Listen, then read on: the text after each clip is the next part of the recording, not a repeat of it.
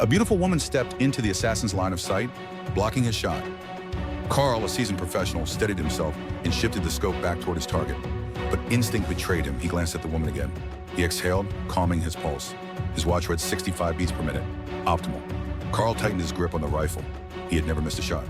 The tycoon reappeared. Carl pulled the trigger, but at that exact moment, the woman moved, and she took the bullet instead. Carl reloaded, instantly ready to fire again, but the bodyguards had already spotted his position and yanked the curtain shut. The perfect opportunity was gone. He holstered his weapon, picked up every trace of evidence, put on his helmet, and headed downstairs. Moments later, he sped off on an electric scooter. By the time police arrived, Carl had already vanished down a side street, ditching his magazine, gear, and helmet into the river.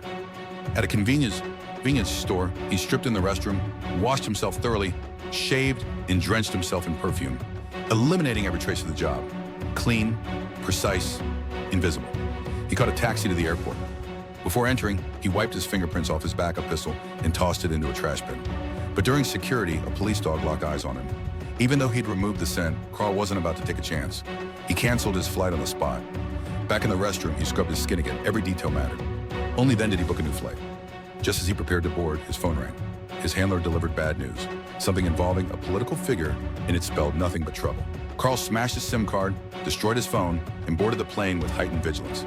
A man in sunglasses appeared to be watching him. When the flight landed, Carl switched to a different identity and booked a connecting flight, only for the same man to do the exact same thing. Heart pounding, Carl changed his flight again, pushing it to the next morning and checking into the airport hotel.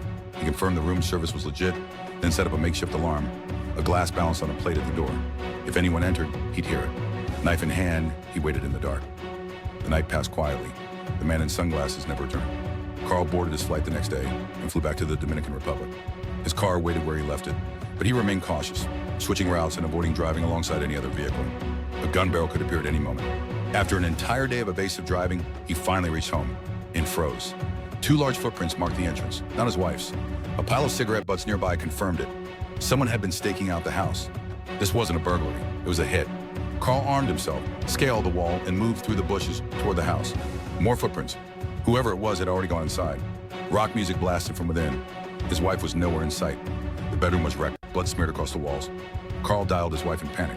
She was alive, but severely injured and hospitalized.